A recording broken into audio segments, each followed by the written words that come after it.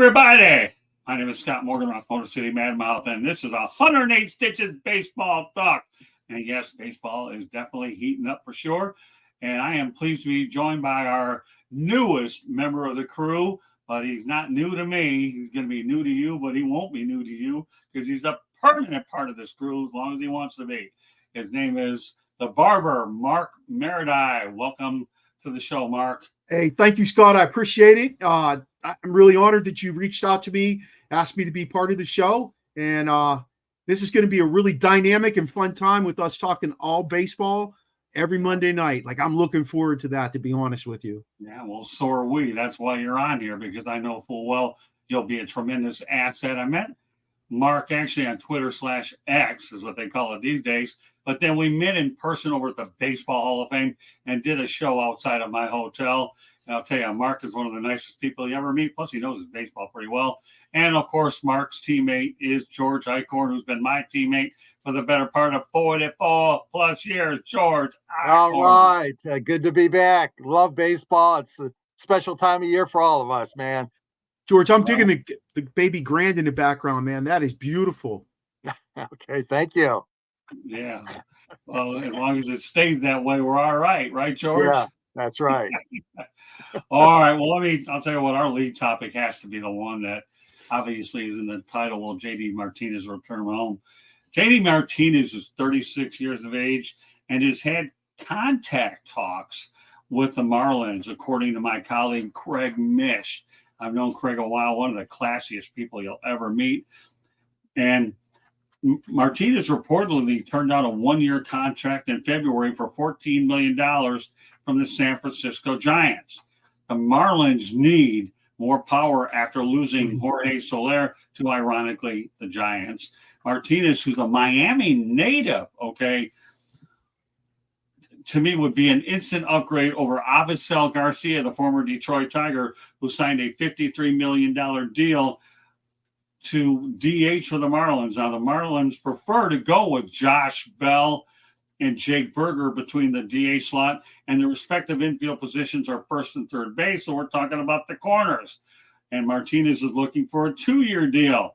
Last year, let's go over some numbers. He hits .271 with 33 home runs, 103 ribbies, 13 games, and he earned his third straight All-Star berth, and his lifetime average is .287 with 315 home runs and 1,002 RBIs in 13 seasons. So here, we're going to start out with the new guy on the block, Mark Meredith. If you're Miami, do you bring JD home? I definitely bring him home. I think the money's got to be right, though, because you do have some options there. Josh Bell has proved to be a pretty decent DH. He's done well in all his stops for the most part. So you're definitely going to get production out of him. Martinez isn't going to get as many at-bats as he has got in the past. He's not going to get as much on the field as he has in the past because, like you said, he's 36 years old. I really got to think about how much I'm going to actually put him in the field. But, again, that's a magic bat you're bringing into the lineup. You said all the stats from last year alone, and they were, spectacular stats. You just got to be careful. He's going to want his at-bats. Bell's going to want his at-bats. And, at the end of the day, if the Miami Marlins don't see themselves in a place they want to be come July, they can sell. They could sell Bell. They could sell Martinez and get themselves some prospects to continue the rebuild. So, I see no problem with that at all. What about you, George? Well, I've taken a look at this from a different standpoint, and that's having been blessed to have JD Martinez on the hometown team. Of course, I'm referring to the Detroit Tigers. And obviously, you mentioned Garcia. He was also a former Tiger back in 2012 and 2013. Yes, I agree. I think he makes sense for the Marlins, but you hit right on the head, Barber, and that means you got to have the right contract. And I don't blame JD for wanting 2 years, but right now at this stage of his career, he's been waiting a long time now. Another month has gone by or so, almost an entire spring training, for crying out loud. And you don't want to miss too much more time. He's at a point now in his career where he's got to, and I know he's staying in good shape, but they all do, most athletes. Obviously, baseball players, it's a year-round thing, not like the old days. But what I'm getting at here is that he needs some at bats, he needs some live pitching, and he should be making that decision sooner than later. There was even some talk, guys, here in town from a local disc jockey or two, that they wanted to, the Tigers should consider adding him, but they're not going to do that. They're too far down on the contending chart, if you will, for a lot of people. So they're not going to spend that money. They want to have Kerry Carpenter as their DH, and then he wants the flexibility, meaning AJ Hinch, to get some other people in there to DH. But yeah, I mean, JD, you got to sign. You're a good player. You are. Well, let me tell you a little bit about the Marlins. Number one, they were fortunate that Detroit Tigers had a healthy Miguel Cabrera when he came down to Miami, and that was worth about 75,000 fans for the weekend. And then they had the New York Yankees down there for the weekend. They had over 100,000. Well, guess what? They're going on the road with both of those two teams, what they're doing. So here's what the Marlins need to do. Yes, you need to sign J.D. Martinez, make the numbers work. And not only that, guess what? He will sell tickets. He will sell tickets. And you know what? That's a ballpark that I think he'd have a field day hitting up. I've been to that park countless of times. And, when you can bring a local boy home that has power and that can hit, and I just mentioned the numbers, well, then you definitely have to go out there and bring him in. You really do. So if I were the Marlins, you couldn't get J.D. Martinez here fast enough. I understand that Berger and Bell are good options, but there's no crime in having as many good players on your baseball team as much as you can. And there's one sitting in there that has local ties. Do it, Marlins. That's all there is to it. Mark? Scott, if I might add in, he has the second highest WAR rating left in free agents that are still out on the market at 3.1. Only guy higher than him is Michael A. Taylor, 3.2. That's, you're talking 0.1 difference there. That's pretty good for a guy that's 36 years old. And it's also pretty good, the numbers he put up last year. And when I think about it, you said he wants what, $14 million a year for 2 years? That's pretty reasonable for that amount of, cap space. Doesn't matter in baseball. So that's pretty reasonable when you look at it from that perspective, what he's going to bring to the table with those numbers. Oh, yeah, no question about it. I'm with you all the way. I really am. I think that they just have to make this move. All right, well, let's talk about baseball salary. That the average Major League Baseball salary rose 7% to a record $4.5 million last year. Anyone feeling sorry for these players? What about you, George? You feeling sorry for them? $4.5 million as you're out? That's not a bad chunk of change. No. Can I get the violin out now? No, Scott, I'm not feeling sorry for them at all. I mean, and what you want to see is you want to see the value of the ball player, the value of his salary, increase. I mean, from year to year, it should be going up. Inflation, everything else is going up in this country, and not only that, but what this creates is an interest, and more of an interest in becoming a major league ball player. We know that there's tons of kids out there that want to be in the big leagues, but do we also know that it's also limited by roster size and your good fortune, your good fate, your statistics? Obviously, you gotta work your butt off to make it to the big leagues, but you want that money there, the pool of money that's available for these kids to be able to attain. Let's face it, football, they're throwing money around so much. The NFL continues to increase their revenue and increase their popularity. So I want to see, and the NBA, of course, too, huge salaries. I want to see baseball have increased salaries. I don't want it to go down at all. So I think it's a good sign for baseball when we do see this. I really do. What about you, Mark? I'm so indifferent with money in baseball. I'm not going to lie to you, and you're probably going to have to cut me off a billion times.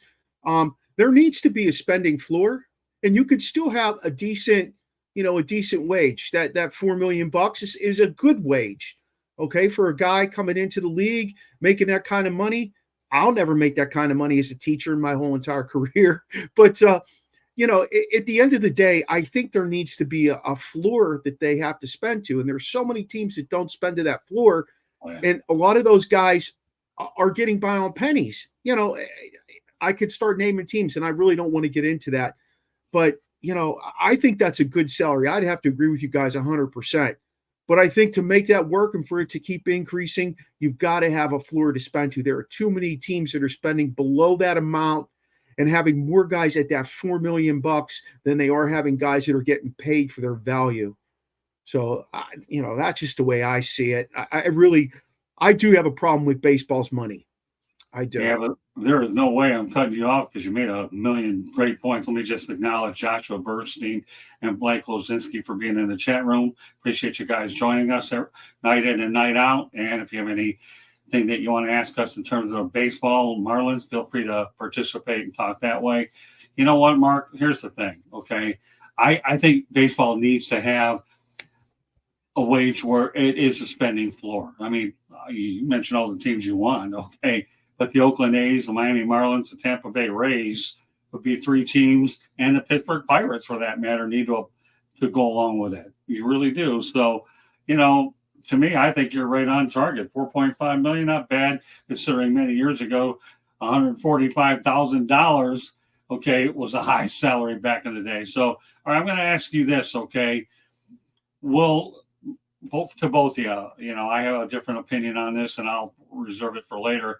But when will the Marlins ever be good again? Mark, I'm going to hit you with it first, and that comes from Joshua Bernstein. Well, the Marlins are going to be good again when they keep developing that talent at the minor leagues, and then when they push that talent up to the major leagues, they build around it with veterans who are going to be productive. If you don't pay some money for that valuable veteran talent, you're never going to push your team to the next level. Bringing in a guy like JD Martinez, who has experienced winning, he knows what it tastes like. He knows how a locker room needs to adjust when they have issues. He knows who to hype up, who to calm down. They need to have that kind of veteran leadership, but not only as a everyday player, in that pitching staff, in that relief staff. You've got to have guys to bring those young guys along so that they know how to handle the ups and downs of baseball. 162 games, man, that's a hell of a lot of games. Not everybody wins 100 games. Not everybody wins 90 or 80 games. You know, you've got your peaks and valleys. And I think that's where the most important piece is for the Miami Marlins, to have those veterans come in who've experienced a lot of that stuff and be able to help develop those younger guys to understand what it takes to win and how to handle the highs and lows. George? Well, yeah, I mean, we're seeing a similar situation, maybe not on the same level as the Marlins, but you know, with the Tigers and Scott, you mentioned some teams, and the Tigers are kind of in that area where you mentioned they have spent, we know that, but the fact of the matter is Miami is, yeah, they do have the potential. The Marlins do have the potential to be a really good team. What's happening is, and Scott, as you know, and Barber, the same thing. We got a situation where you're not drawing any fans. You're having trouble drawing fans. It's been a problem down there, even after the new stadium opened. So you're in a tight situation because if you cannot bring in the fans, you cannot bring in and develop more income for the franchise, then you're having trouble. You're having trouble attracting people. You're having a trouble keeping the talent. And you see what happens when, you know, guys have to be traded away and you know, you get draft choices or whatever for in exchange, sometimes ball players too. But I tell you what, you know, it's a double-edged sword, because if you cannot solve the attendance riddle, then you're bound to have issues with the performance issue. And I know there are exceptions. Of course, I know that. Oakland's had good teams with bad attendance. Tampa Bay's had good teams with so-so attendance. But the fact of the matter is sooner or later, the well runs dry. And if you don't have that income coming on, you know, it's a tough situation. So I like what Miami's been doing the last 2 years. I do. And contending is certainly, it's been an exciting last few years, but boy, they got to keep on doing that consistently. And the fans got to support this franchise. Well, here's the thing. Skip Schumacher did a pretty good job last year. He's a young guy, and him being a young guy, he was able to relate to the players. But you know what? Don Mattingly did as much as he could with what he had to work with, okay? And I don't care. I mean, Don Mattingly gets a mulligan if people ever hold his job against him, because Kimng was there. She provided him with some talent, but I noticed they started to make better moves when Don left. Here's the thing, okay, about this situation.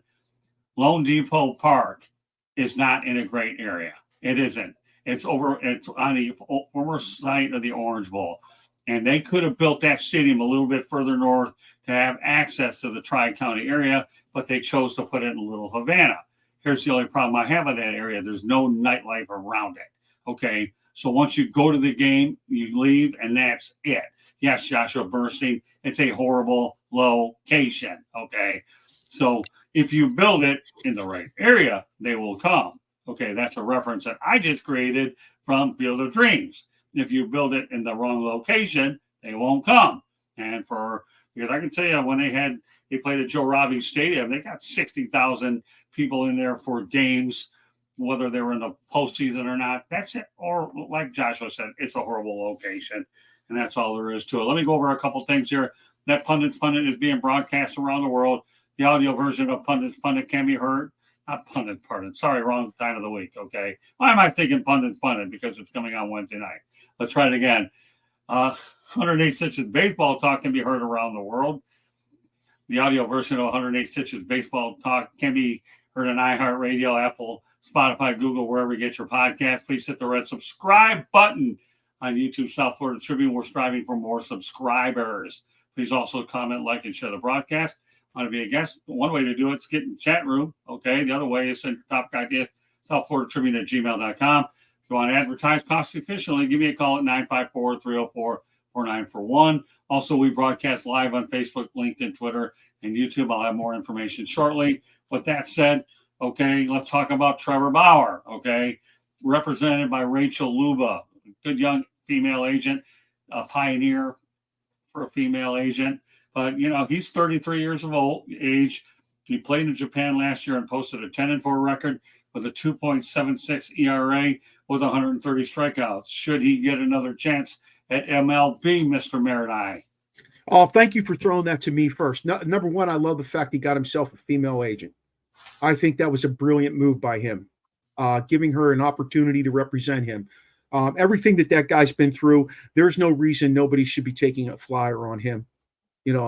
What he needs to do is a private workout for everybody and anybody who will come to his private workout. Invite every Major League Baseball team to his private workout. Unfortunately, as a Pirate fan, I know that they still need some pitching. He contacted them. His people contacted them. He said he would play for, the league minimum for a veteran. And he also said that he would play with incentives. He would reach those incentives. And he said he only wanted a 1-year deal. And the Pirates said, no, thanks, we're not interested.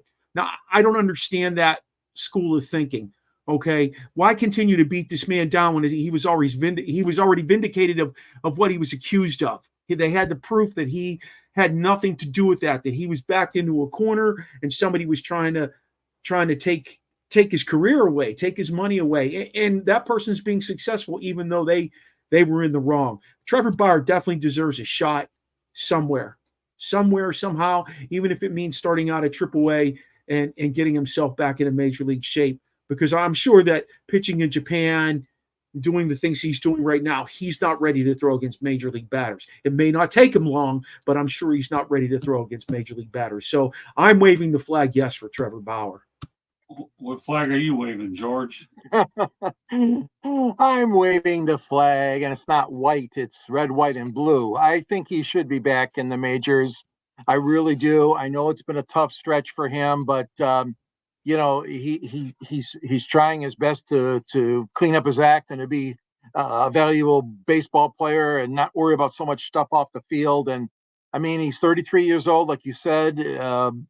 I'm looking up his won-loss record, the history of him, 83-69 with 1,416 strikeouts. So, the problem is that, there's so many teams that just don't want to touch him or something like that. But yeah, I agree. It's a tough situation when you have a really good player like this sitting out. And I think too that I agree with that, Mark. We got to be able to try out, let other teams look at them and that sort of thing. There's still some hope I still have hope that he's going to return to the MLB. I really do. All right. Well, you know what? That makes the three of us. Okay. I hope All he does right. get back in MLB as well, but I don't think he will. I really No? don't.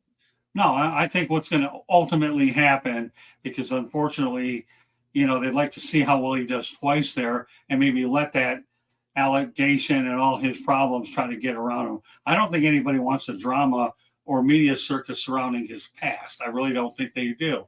Yes, okay, he's willing to write a blank check like Andre Dawson did to play for the Cubs. Let me go here and play for the Cubs. Of course, Andre Dawson is in the Baseball Hall of Fame, which Mark and I are all too familiar with, right, Mark? Yes, sir. Okay.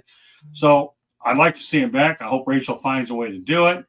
But I think the problem is you have too many organizations that are a little bit worried about his past. And, if you compare him, you can also compare him to Colin Kaepernick, okay? Why isn't he back? And he's willing to, although Collins wants to play for a lot more money, whereas Bauer doesn't care. He doesn't. A 1-year prove-it deal is what they go for these days. So I'd like to see him back, but I do believe that he winds up back in Japanese baseball. I really do. We'll see. Scott, Yeah, Scott, I have a problem with you comparing him to Colin Kaepernick, though. I will tell you that. Number one, Kaepernick was not a great football player. Okay. He wasn't. It wasn't just about what he did with his with the kneeling thing. He has every right to do what he wants to do. That's on him. Okay. I'm okay with that. But Bauer is a good baseball player. Okay. We know he's a good baseball player. He had good numbers when he was in the league. He had good numbers when he was in Japan. And I don't feel like that comparison, and not to be offensive towards you, I don't feel like that. I understand why you made the comparison, but there's a difference between why Kaepernick didn't get another shot, in my opinion, and why Bauer's not getting another shot. Well, let me refute what you're saying, okay? Did Kaepernick with Jim Harbaugh get to a Super Bowl? Yes or no? Can he? Can he? Yeah. He played in the Super Bowl under Jim Harbaugh, right? Yeah, but okay, that's the only reason I mentioned that.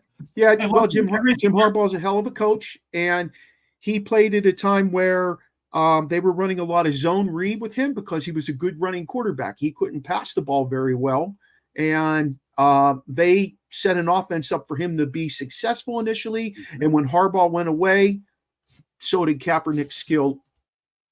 But the bottom line is, I like having dialogue direct like this. This will get the chat room going, by the way. So I'm all for it, Mark. Hit me as hard as you want, and then we'll go ahead and box it out here, okay? Yeah. Because we're good friends anyways. Reality is Colin Kaepernick made it to the Super Bowl, and how many quarterbacks don't get to the Super Bowl? True. All you need to do is look at all the great quarterbacks that have never been to one, and you'll say at least Colin has that going for him.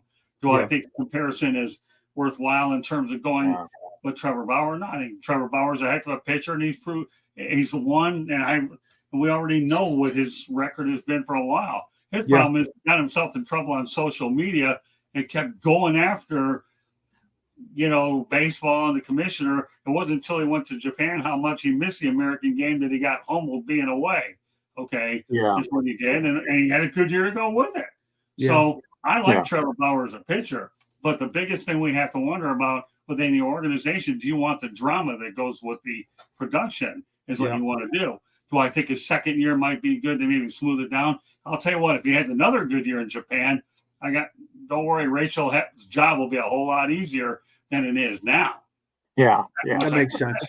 But I mean, both sides of what we're talking about, Mark, and mine and yours are without a doubt something that people should think about. They really should, because you can go both ways on this topic. I mean, what did he do? Play against a bunch of minor leaguers for the Dodgers and had a pretty productive outlet? That's another story. Hey, by the way, Duncan Lozinski, I got some good news for you and everybody else, because I'm going to get to it right now. I want to let everybody know that, check out our website, www.southfloridatribune.com. You can find us on Twitter /ExitTribuneSouth. Candy's Ebling is behind the scenes of producing the show, but I have some good news on the book front. Okay, you ready, everybody? My book, Lessons from the Microphone, Tuning into the Enduring Wisdom of Visionary Leaders. It pretty much talks about old school versus new school. It's available on Kindle and Amazon. And guess what? It is now available on Barnes & Noble. So I want to repeat, Lessons from the Microphone is now available on Barnes and Noble. So we are actually going out there and trying to get more providers. We got Amazon Kindle, but we wanted to make sure we got Barnes and Noble, and we did, but we are far from finished there for sure. So there you go, Duncan. I told you I had something that I was thinking about, and now obviously I was able to break the news in a way. But no, listen, Mark, I'm with you. But Bauer, okay, well, Audible, how about Audible? I don't know. Ask Candy about that. I just tell you what there is and then what we're going to try to do as they keep coming up there. Good stuff, Josh. Appreciate you, buddy. But but the reality of the situation is I like Bauer. Think of all these other guys that are getting second chances. How many chances did Greg Hardy get in the NFL? I mean, a lot, right? Yeah. Yep. I mean, talk about lots of players that got second chances. That's another story altogether. It was almost like he kept getting chances though, because he ended up with Dallas, and didn't hurt that you had Jerry Jones either. Yeah, so, I'll just leave it at that. I mean, I'm with you, but I'm talking about players in general, Mark, that are getting multiple chances. Really, right? What I'm talking about. I mean, regardless of what the name is that we're talking about. All right, final topic of the night. Might even have time to give everybody parting shots because time is going pretty well, although we'll see what happens. The Tigers won't have Miguel Cabrera this year, but it's worth noting that Cabrera, Willie Mays, and Hank Aaron are the only players in the AL and NL history to finish their careers with 300-plus average, 500-plus home runs, and 3,000 hits. Got to start with the new guy in the block that was at the Hall of Fame, okay?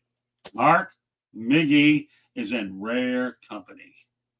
I think you should start building his bust now. He's one of those guys who definitely has earned his way to the Hall of Fame.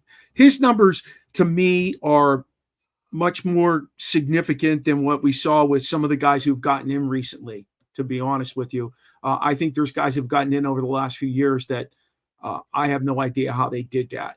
And, I just think Cabrera was a hell of a player from the time he was a kid and stepped on the baseball field in Miami the whole way through his career up in Detroit. I mean, he was a consummate professional. I had a student in class one time. Here's a little story for you guys. I had a student in class who was from Cabrera's hometown. His uncle was best friends with Cabrera, and Cabrera would fly them down to his place when he was in Miami or whether he was up in Detroit. He'd fly them in, fly them out, pay for everything. He wouldn't let them touch a thing. And this kid told me that he was probably one of the nicest people he had ever met in his life. You wouldn't know that he was who he was as far as being a professional, athlete, celebrity, all that stuff. He said you would never know that because when people would speak to them out in public, he would stop and have a conversation with them. And guys like that just they really go a long way with who I love to embrace as professional athletes. Well said. That was your parting shot. That was good. I'll let you go out on top of that one. Although you will have an opportunity to let everybody know how you get a hold of you in a moment after George Eichhorn comments on this. Oh, well, you're not going to get any argument here. We've been blessed in Michigan to see him, to see the likes of Cabrera all these years. I'll tell you what, all the ball players that are interviewed and talk about him, as there were a ton of them last year, as the media was descending on Comerica Park to reminisce about Miguel's career, to a man, everybody said, oh, I loved him. He was great in the clubhouse. I learned a lot from him. I mean, Jim Leland, I'll tell you, Jim's going into the Hall of Fame this summer. He'll tell you what a great ball player he was to work with and to be part of a franchise here. So there's no question about it. I mean, definitely, Mark and Scott, we are going to see that, not only the bust, but you're going to see the Cabrera, obviously, jersey retirement in Detroit. You're going to see the statue commission to join the likes of Al Kaline and Willie Horton and Charlie Gehringer and the great Tiger statues that are out there in center field. There's just a great feeling, overjoyed. Obviously, everybody was. The sad part was that near the end, of course, we didn't see the real Cabrera because he had suffered for so many injuries over the past 5-6 years. So the numbers would have been even greater. I mean, think about that, guys. Scott, you already laid it out there for us. You're talking about Willie Mays and Hank Aaron and guys like that. I mean, you've got stats that would have been through the roof, but unfortunately, he accepts it. I mean, there were injuries there, so he couldn't have greater statistics or pad them anymore because of his injuries. But yeah, no question about it. He's one of a once in a lifetime kind of player that people were privileged to see. And I know you folks down in Florida privileged to see him too early in his career. All right, Candy. Blake Lozinski has a one-word answer for what we just said. That. Exactly. All right. Blake, in my terms, it's called great minds think alike, but I like your word better. Exactly. So all I can say about Cabrera, because you guys did a good job, and I said it at the beginning, anytime you could be in a club with Willie Mays and Hank Aaron, you're doing pretty good. Yeah. And that's it. Yep. That's all I'm going to say about the subject. All right. With that said, do you have any extra things you want to add, George, real quickly? No, I'm just looking forward to the start of the season. And I'm glad that the focus is on baseball right now for most of the cities around the country. I know we got this other thing going on called NFL free agency, but for those of us that love the game of baseball, Scott, this is a special time of year, and the attendance has been really good. I noticed in a lot of the ballparks in Arizona and Florida, so there's an excitement that's building. And it's truly a great time of year. What about you, Mark? I'm actually kind of excited when you say that, George. I'm kind of excited for this the minor league all-star type thing that they're getting ready to do. That seems like it's going to be a really interesting thing to keep an eye on, seeing some of the top shelf talent from each team at every different level, I believe it is, and how they can gel together for just a few games to play a bunch of other teams in their perspective, whether it's grapefruit or cactus. I'm kind of excited to see that. I've gotten more into minor league baseball than I do. Like, I do love major league. I pay attention to it. All the whole 9 yards. But over the last several years, I've really gotten into minor league baseball and watching some of these guys develop and come up to the next level. Watch some of them, who are projected to be superstars, never make it. I live really close to Baltimore, and they're my American League team, to be quite honest with you. The Pirates are unfortunately, the Pirates are my National League team and have always been. But wow, you want to talk about an organization that is just absolutely filled with talent at the minor league level. The Baltimore Orioles are unbelievable. So I'm looking forward to that little thing that Major League Baseball is going to do with the minor league guys. And we should start seeing more regular lineups in play here the next couple of weeks, because we're only 2 weeks out from regular season starting. Well, I'd like to sit here and tell you that I've gone to spring training games, but I haven't. I've been locked up at Florida Atlantic University basketball, seen 4 games in the last few weeks, and FAU was 3-1 in those games. The only one they lost was my alma mater, University of South Florida. And I'm getting ready for the 12 hours of Sebring this weekend, but I hope to get out to at least a spring training game or 2 before it's all said and done. So, yeah, it'll be, we'll see what happens. But meanwhile, Mark, great first act. It really is. Then again, I don't think I expect anything less out of you anyways.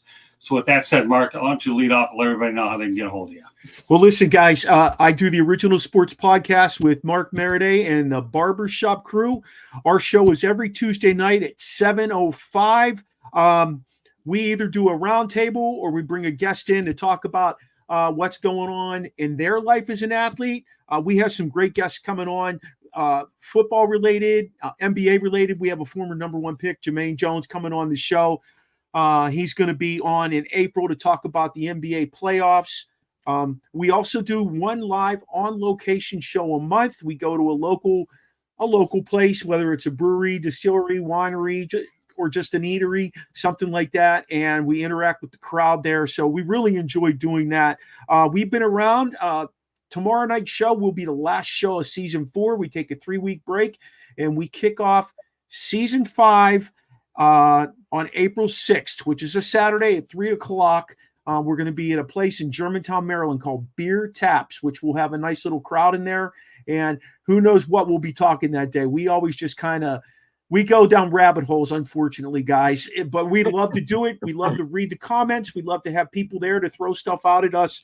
And please find us anywhere you listen to podcasts. You can watch us on YouTube, Twitter. You can watch us on Facebook. And you'll see me every Monday night with these two wonderful gentlemen talking baseball, because that is my sport. No doubt you will. By the way, folks, although I read some of the information, a lot of that may have been, a lot of it was intended for our audio audience, which obviously iHeart, Apple, Spotify, Google, wherever you get your podcast.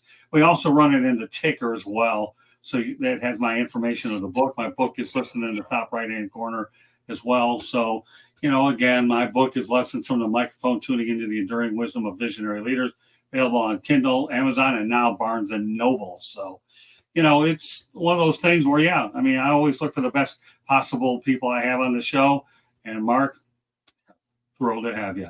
All right, George, give us let everybody know how they get a hold of you real quick. All right. Yep. You can read me on the South Florida Tribune under the Motor City Tribune, where I'm joined by other great writers. And at the end of my column, there's a little tagline that says, if you're interested, I have a book called Detroit Sports Broadcasters on the Air, which chronicles the 50 or 60-year history of sports broadcasting. More than that. What am I talking about? Try 75, 80 years in Detroit.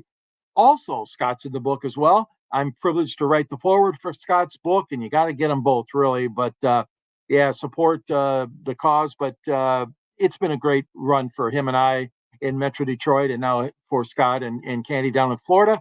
And you can reach me at gicorn@yahoo.com or on LinkedIn at SanGSports99. Follow me on 108 Stitches or Fire Up, Pundit's Pundit, the Sports Exchange, these great programs. I'm happy to be part of them and happy to continue my long relationship with the one and only Scott Morgan Roth.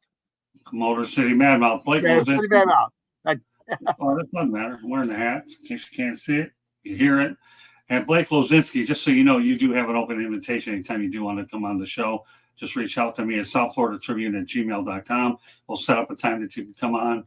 You, Joshua, any of your people out there want to come on, just give me a little notice and we'll fit you in there. So I know you made your appearance with Mike Massaro, but Josh, you know what? You're always welcome to make another one. And Blake, anytime you want, just get a hold of us. So this concludes this edition of 108 Stitches Baseball Talk. On behalf of Mark Meredai and George Eichhorn, my name is Scott Morgan, Roth Motor City Madmouth. Thanking you for tuning in to tonight's edition of the 108 Stitches Baseball Talk. Tomorrow we're going to have a really loaded show with Inside the Pigskin. We'll talk about a lot of the transactions that have occurred on day one of free agency, as well as a lot more. So that show will start around 8:30 Eastern time. So hope you can join us. So on behalf of my great crew, thanks a lot for joining us, and we will see you next Monday, the same crew. And it's been a lot of fun, but we have a lot more work to do. Take care, everybody. Have yourself a great week. Bye now.